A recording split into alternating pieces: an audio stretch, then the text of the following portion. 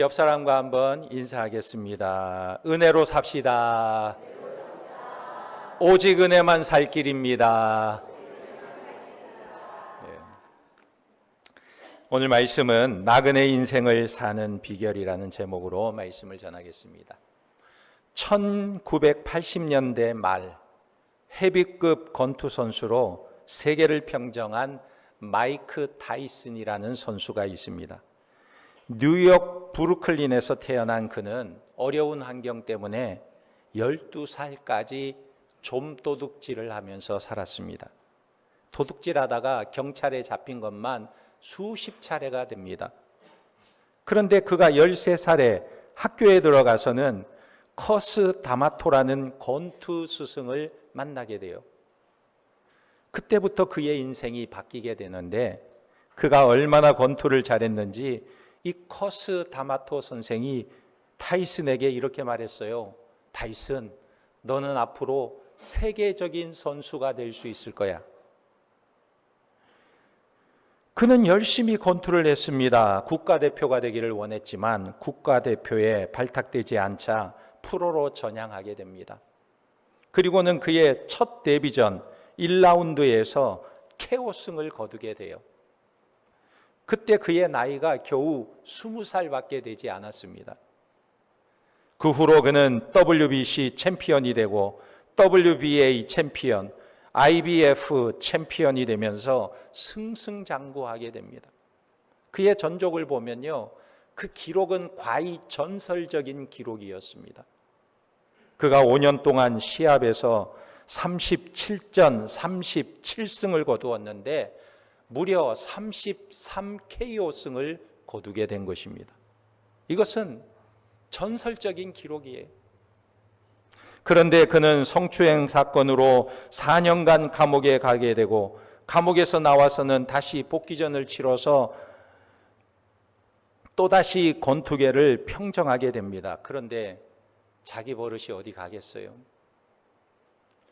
1997년에 그 유명한 홀리필드의 길을 깨물면서 경기에 실패하게 되고 선수 자격증까지 박탈당하게 됩니다. 이 벌금으로요 300만 달러를 물게 돼요. 300만 달러, 어마어마한 돈이죠. 그런데 그가 대전료로 받은 돈이 얼마냐면 그동안 벌은 돈이 3억 달러였습니다.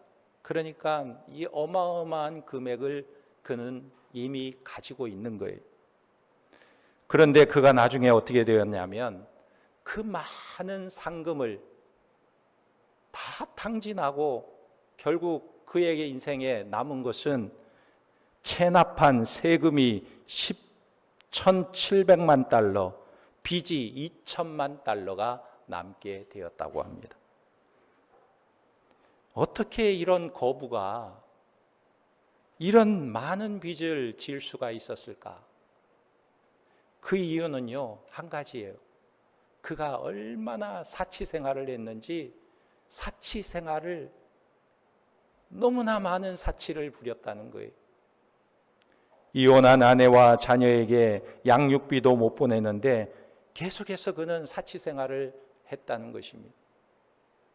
주먹으로 전 세계를 평정하고 엄청난 거부가 되었음에도 불구하고 자기 마음의 사치를 다스리지 못해서 그는 모든 것을 다 잃어버리고 말았다는 것입니다. 여러분, 인생은 무엇일까요? 성공한다는 것이 과연 무엇일까요? 오늘 본문에서 보면 야곱은 인생을 나그네 길이라고 말하고 있어요. 우리의 인생이 뭐냐? 나그네 길을 걷는 것이다. 나그네 길은요, 이 세상에서 아주 머물러 사는 게 아니고 잠깐 머물다가 떠나는 인생이라는 거예요. 그렇다면 우리는 나그네 인생길을 어떻게 살아가야 할까? 이것이 매우 중요한 문제가 아닐 수가 없는 것입니다. 우리의 인생이 나그네 길의 인생이라면 우리는 어떻게 살아야 할까요? 은혜로 살아야 하는 것입니다.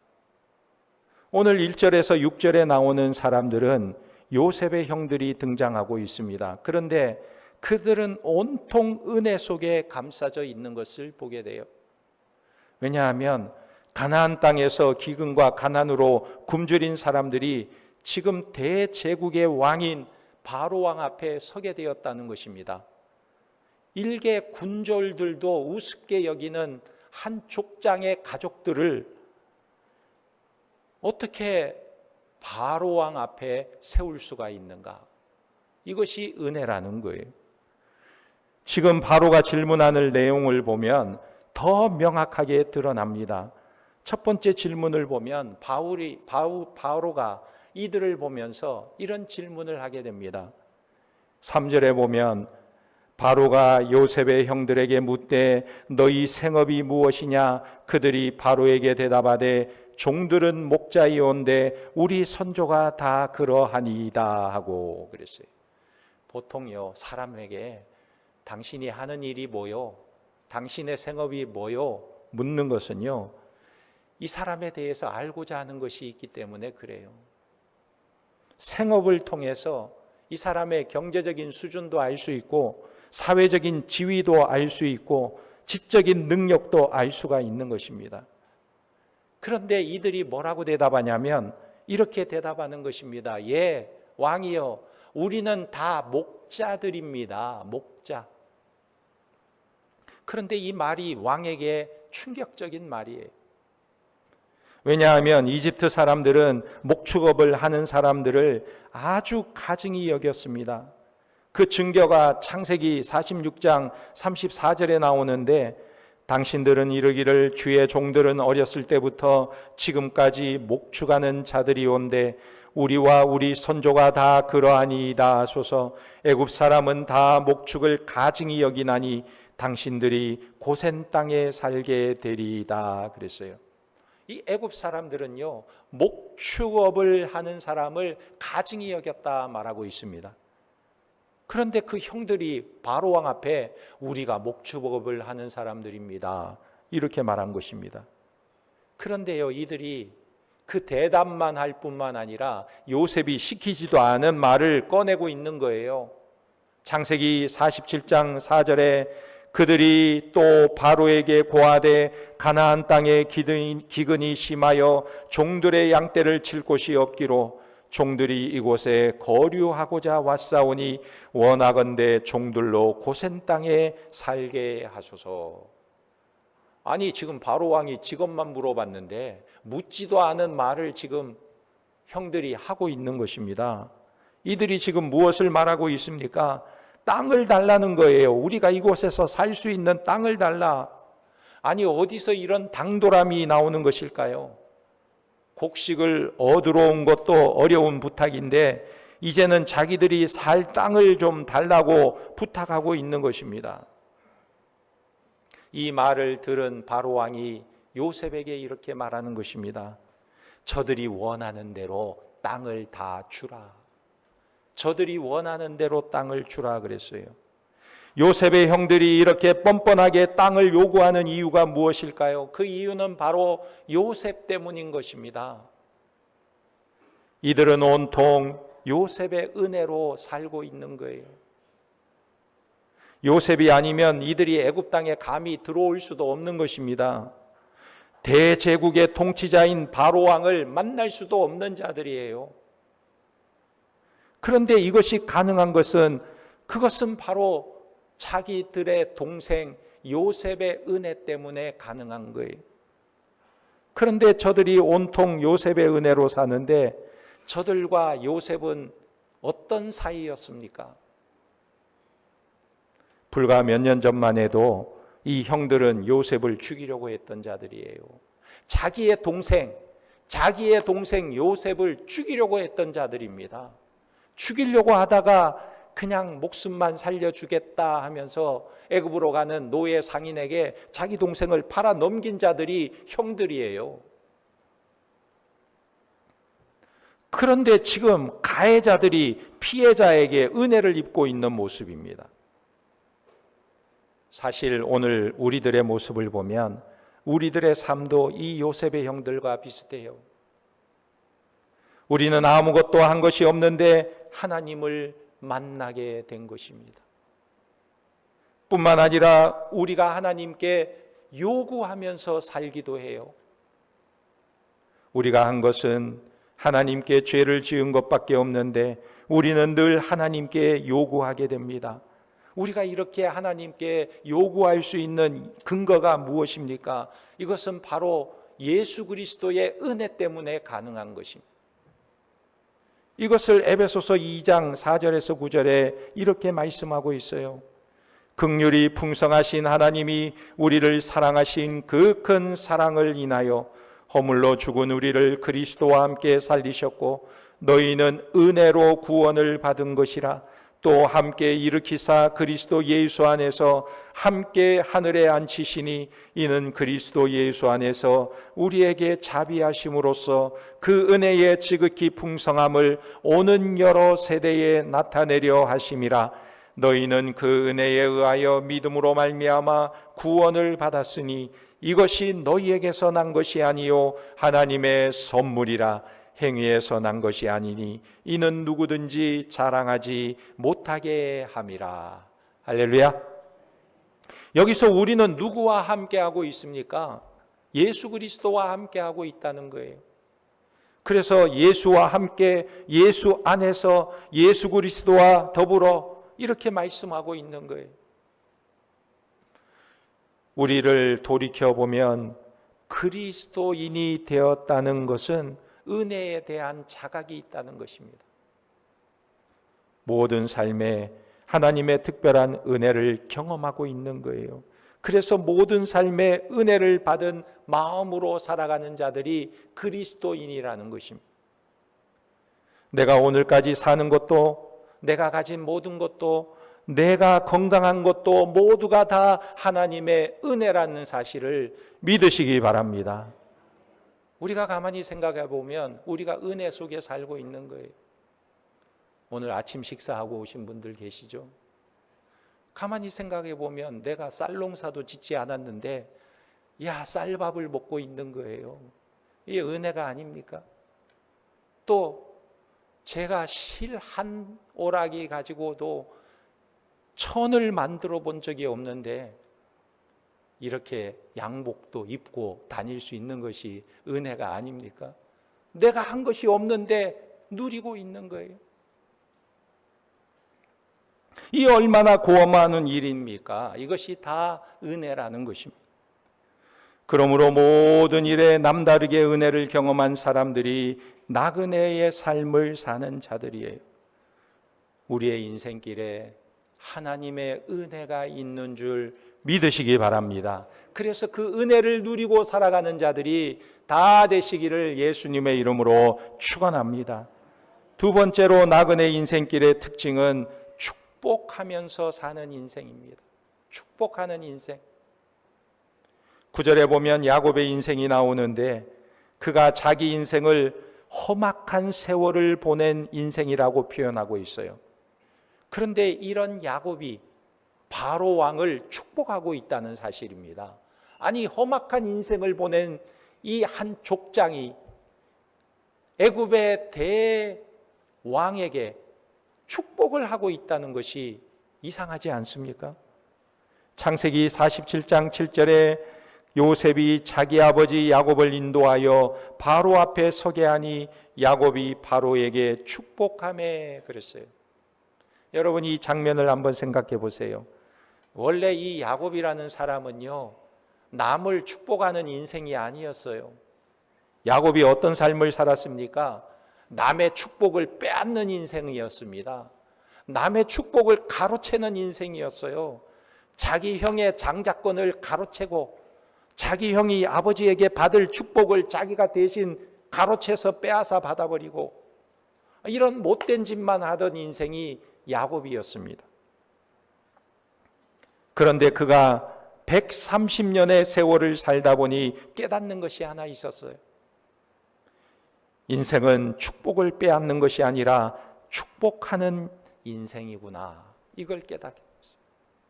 우리는 살면서 남의 복을 빼앗는 인생이 아니라 복을 베푸는 인생이 되어야 하는구나. 이걸 깨닫는 것입니다. 그 다음부터 야곱이 만나는 사람마다 처음으로 하는 것이 무엇이냐면 축복하는 거예요. 그런데 지금 바로를 축복하는 야곱의 모습이 어떻습니까? 오늘 말씀해 보니까 이 야곱의 나이가 130세. 그런데 이 130세의 세월 동안 험악한 세월을 보냈다 표현하고 있습니다. 그러니까 그의 몰골이 어떠하겠어요? 지금 상황은 가나안 땅에서 이집트로 양식을 구하러 온 것입니다. 그러니까 얼마나 배고픔과 허기에 지쳐 있는 모습일까요? 더구나 야곱은 장애를 가지고 있었어요. 하나님과 씨름하다가 한도뼈가 부러지는 아픔을 가지고 있었어요. 그러니까 다리도 온전하지 않아서 쩔뚝쩔뚝 저는 그런 모습이었습니다. 모든 면에 왕 앞에 서기에는 초라하기 짝이 없는 험악한 인생을 보낸 노인이었습니다. 그런데 이 사람이 대제국의 바로왕을 보자마자 그에게 다가가서 안수하며 왕을 축복하고 있다는 거예요. 바로왕이 이 모습을 보면서 어떤 생각을 했을까요? 우습게 여기지 않았을까요? 네가 뭔데 나를 축복해? 너같이 초라한 사람이 어떻게 나를 축복해? 그렇게 생각하지 않았을까요? 바로왕과 야곱을 비교해 보면 야곱은 정말로 초라한 노인이었습니다. 그러나 오늘 야곱의 행동은 매우 옳은 행동이었습니다. 외모로 풍기는 모습은 야곱이 형편이 없었지만 오늘날 이집트가 강대국을 이루게 된 것은 바로 자기의 아들 요셉 때문이었기 때문입니다. 요셉이 아니면 오늘 이집트가 이렇게 부강한 나라가 될 수가 없었어요. 요셉이 어떤 존재입니까? 요셉이 어떻게 애굽이라는 나라에서 총리가 될 수 있었습니까? 그것은 바로 야곱 때문인 거예요. 왜냐하면 야곱이 요셉을 낳았고 그의 신앙과 영성 때문에 요셉이 말씀으로 자라게 된 것입니다. 사실 바로는 야곱과 전혀 상관없을 것 같지만 그렇지 않아요. 상관이 있는 거예요. 오늘 야곱의 영성이 그 애굽이라는 대제국을 부강하게 만든 것입니다. 그러므로 야곱이 없었으면요, 이 애굽이라는 나라는 벌써 그 7년의 대흉년으로 인해서 나라가 그냥 기근 가운데 허덕이고 있었을 거예요. 그러나 놀라운 것은 이 야곱의 아들 요셉으로 인하여 애굽이라는 나라가 부강한 나라가 된 것입니다. 이것이 바로 영적인 축복이라는 거예요. 우리들도 마찬가지입니다. 우리나라를 보면 일제 36년 동안 지배를 받고 고통을 당했어요. 해방이 된 이후에는 6.25 전쟁이 일어나서 전 국토가 폐허가 되다시피 전 세계에서 가장 가난한 나라가 되었어요. 원조가 없이는 살 수 없는 그런 나라였습니다. 그런데 이런 세계에서 가장 가난한 나라, 전쟁의 폐허 속에 있던 나라가 38년 만에 전 세계 올림픽을 유치하는 쾌거를 이루게 되는데 38년 만에 올림픽을 유치하는 부강한 나라가 되었어요. 지금은 75년이 지났는데 GDP 규모로 보면 세계 10위권 내에 속하고 강대국 지표에서는 세계 6위로 평가되는 강대국이기도 합니다. 이것이 바로 영적인 축복이라는 거예요. 오늘날 우리나라처럼 열방을 향하여 기도하는 나라가 세계에 어디에 있습니까? 우리나라는요, 왜 이런 복을 받았을까? 이 나라는요, 영적인 축복권을 가지고 있는 나라라는 거예요. 한국교회 성도들이 얼마나 많이 기도합니까? 세계를 위해서 기도하잖아요. 여러 나라 열방을 위해서 기도하는 나라는 이 지구촌의 대한민국이 가장 많이 기도하는 나라예요. 일본이 우리나라를 위해서 기도합니까? 중국이 우리나라를 위해서 기도할까요? 결코 그렇지 않습니다. 그런데 우리는 민족과 열방을 위해서 매일매일 기도해요. 새벽마다 기도해요. 그러므로 우리는 하늘의 열쇠를 쥐고 있는 자들인 것입니다. 예수님께서 제자들에게 말씀하셨어요. 마태복음 18장 18절에 진실로 너희에게 이르노니 무엇이든지 너희가 땅에서 매면 하늘에서도 매일 것이요 무엇이든지 땅에서 풀면 하늘에서도 풀리리라. 할렐루야. 그러므로 우리는 마음껏 기도하고 축복하는 인생이 다 되시기를 예수님의 이름으로 축원합니다. 요셉을 보세요. 그는 하나님과 동행하며 기도하는 사람이었기에 비록 노예였지만 그가 있는 곳은 하나님께서 다 복을 주셨어요. 그가 보디발의 장군의 집에서 노예로 살 때 하나님께서 어떻게 하셨습니까? 창세기 39장 5절에 보니까 그가 요셉에게 자기의 집과 그의 모든 소유물을 주관하게 한 때부터 여호와께서 요셉을 위하여 그 애굽 사람의 집에 복을 내리심으로 여호와의 복이 그의 집과 밭에 있는 모든 소유에 미친지라 그랬어요. 이 요셉 한 사람 때문에 보디발의 집에 모든 복이 임했다 말하고 있어요.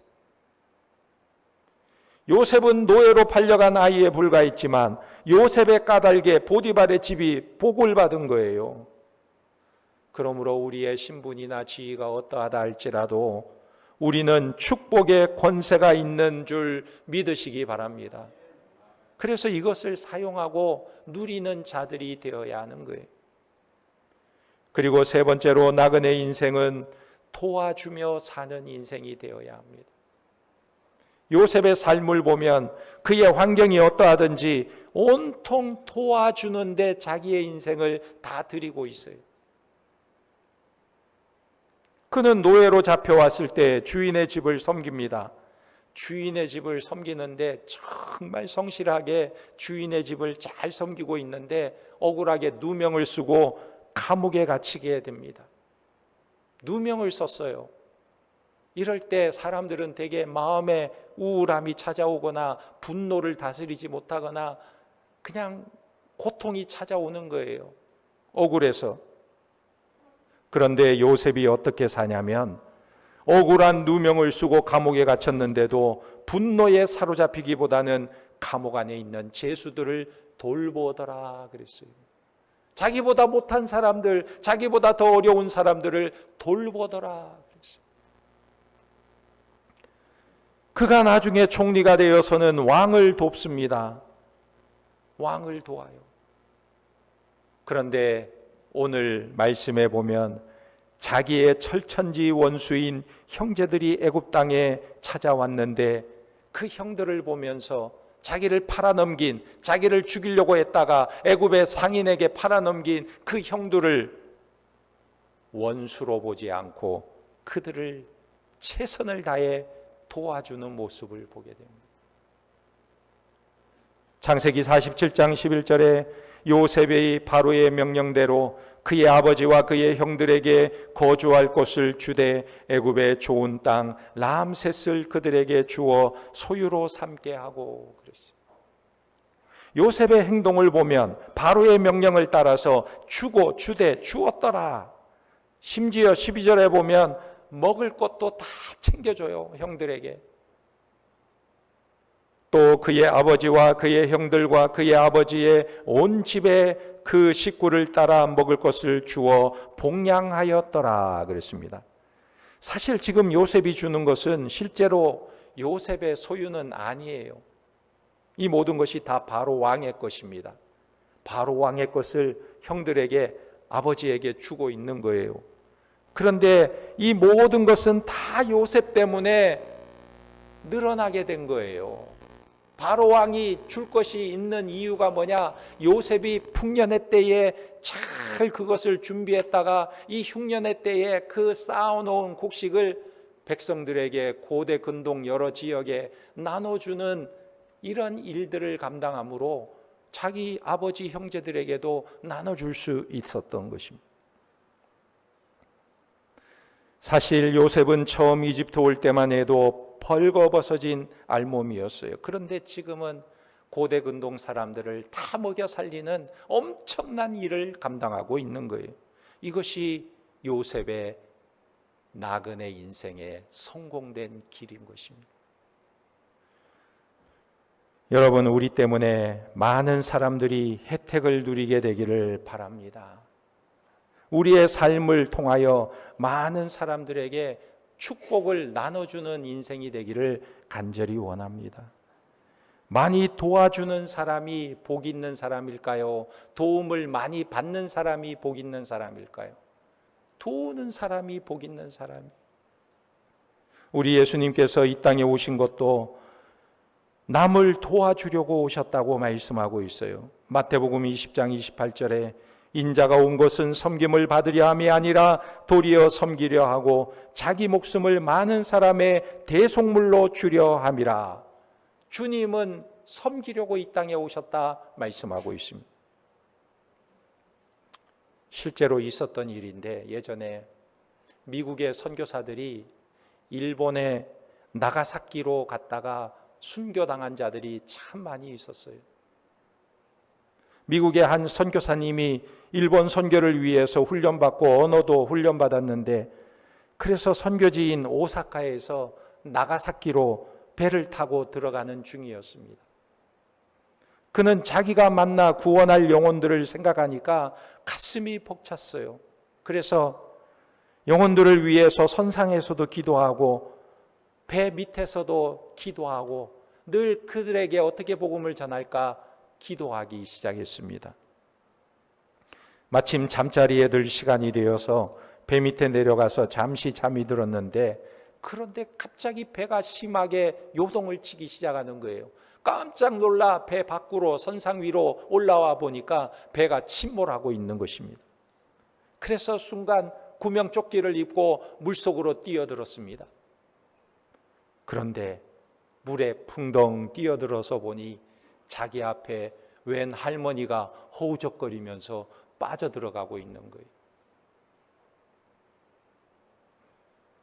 그때 순간 자기 머릿속에 스쳐 지나가는 생각이 있었는데, 이런 생각이었습니다.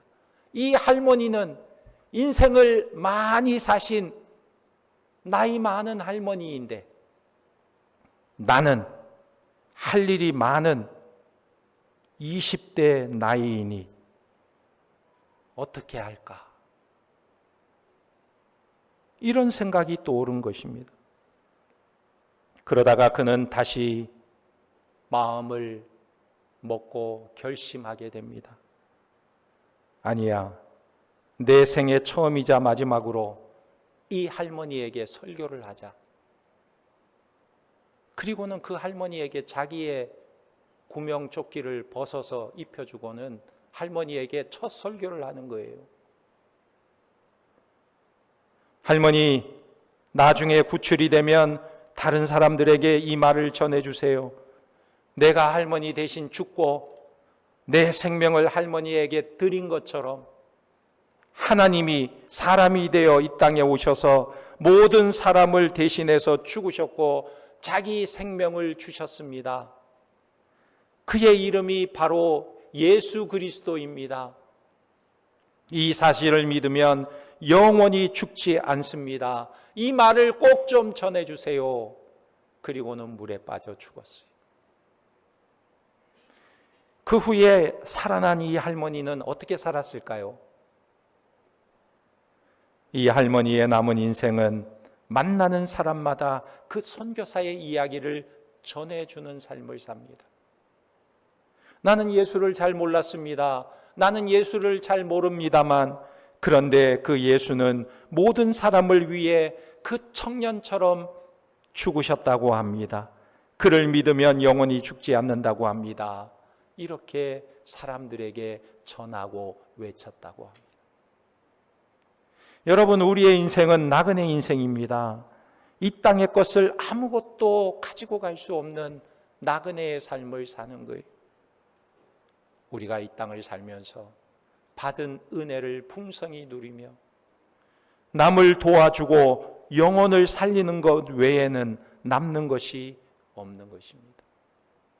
오늘 우리는 많은 사람들에게 축복하며 많은 영혼들을 살리는 일에 쓰임받는 복된 인생들이 되시기를 예수님의 이름으로 축원합니다. 아멘. 기도하겠습니다.